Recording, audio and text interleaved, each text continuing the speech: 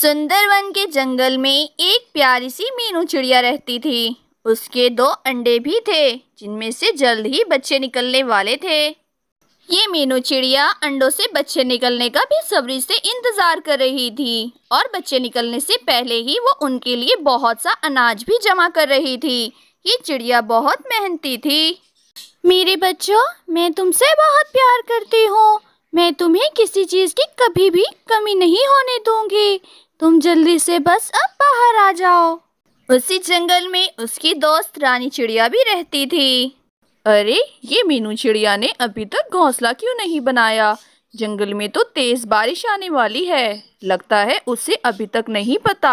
मैं जाके उसे बता देती हूँ। अरे मीनू चिड़िया, क्या बात है? तुमने अभी तक घोंसला क्यों नहीं बनाया? बहुत तेज बारिश होने वाली है।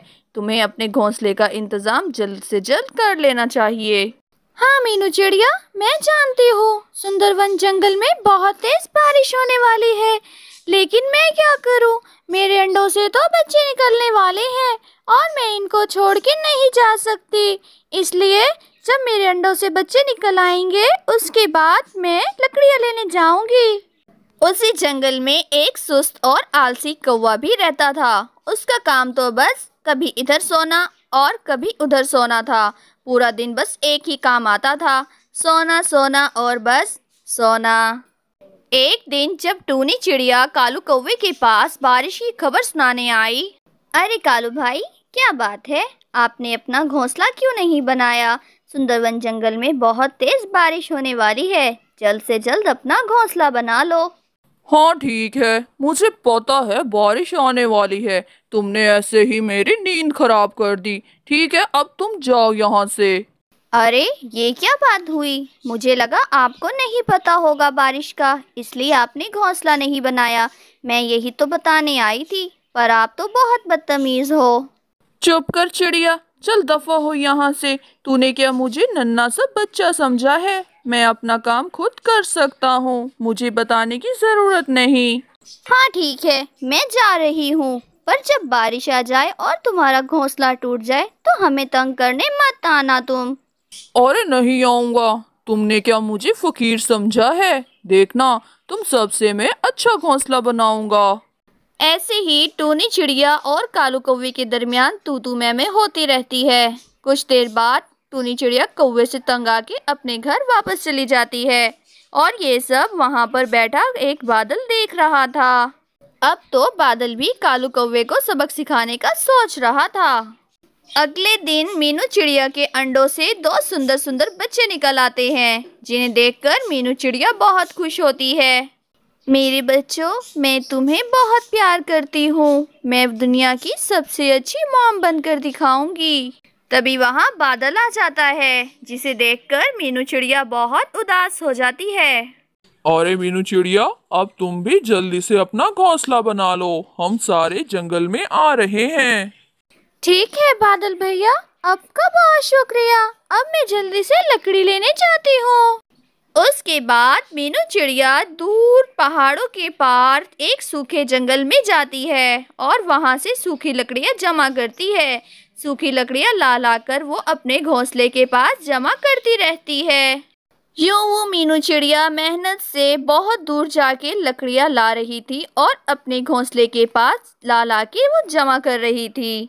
दूसरी तरफ वो आलसी कौवा जंगल के हरे भरे दरख्तों से वहीं की गीली लकड़ियां तोड़कर अपने घोंसले पे ला रहा था। जब कौवे ने देखा कि मीनू चिड़िया के पास बहुत सी सूखी लकड़ियां जमा हो गई हैं, उसके दिमाग में एक शैतानी ख्याल आया। उसने अपनी गीली लकड़ियां उठाई और वो मीनू चिड़िया के घोंसले के पास रख दी और उसकी सारी सूखी लकड़ियां अपने घोंसले में ले आया। दूसरी तरफ जब मीनू चिड़िया घोंसले के पास आई तो देखा कि सारी सूखी लकड़ियां गायब हो गई हैं। कुछ देर के लिए तो वो बहुत परेशान हुई, लेकिन अब परेशान होने का भी वक्त नहीं था, क्योंकि जंगल में बादल हो चुके थे। उसने वही गीली लकड़ियों से एक सुंदर सा घर बना लिया था। वाह, मजा आ गया। मुझे तो बैठे बिठाए सूखी लकड़ियां मिल गई। हाँ हाँ, मुझे मिल गई। तभी वहाँ बादल आ जाता है। अरे, ये बादल कहाँ से आ गया? कमबख्त कहीं का, मैंने तो अभी घोंसला भी नहीं बनाया।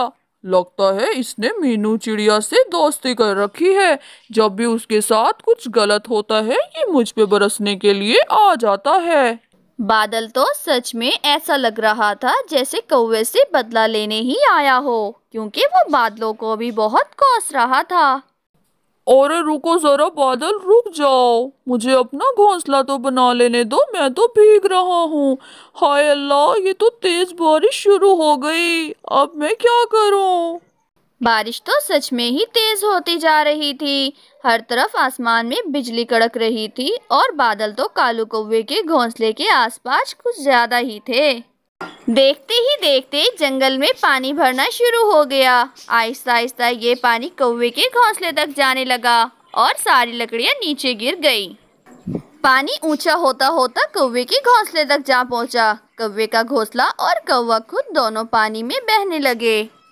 अरे कोई मुझे बचाओ, बचाओ, मैं गिर गया हूँ, मैं तो बह जाऊंगा, कोई तो बचा लो मुझे। कौवा चोरी करने के बाद भी अपने आलसीपने की वजह से घोंसला नहीं बना पाया था। उसे उसके किए की सजा मिल गई थी। दूसरी तरफ चिड़िया ने जिन गीली लकड़ियों से घोंसला बनाया था वो अपने बच्चों के साथ उसी घोंसले में बहुत खुश थी। उसके बच्चे इस बारिश को एंजॉय कर रहे थे क्योंकि उन्होंने जिंदगी में पहली बार बारिश देखी थी। अरे बच्चों रुक जाओ, ये तुम क्या कर रहे हो? इतना उछलो कूदो मत, तुम्हें चोट लग जाएगी।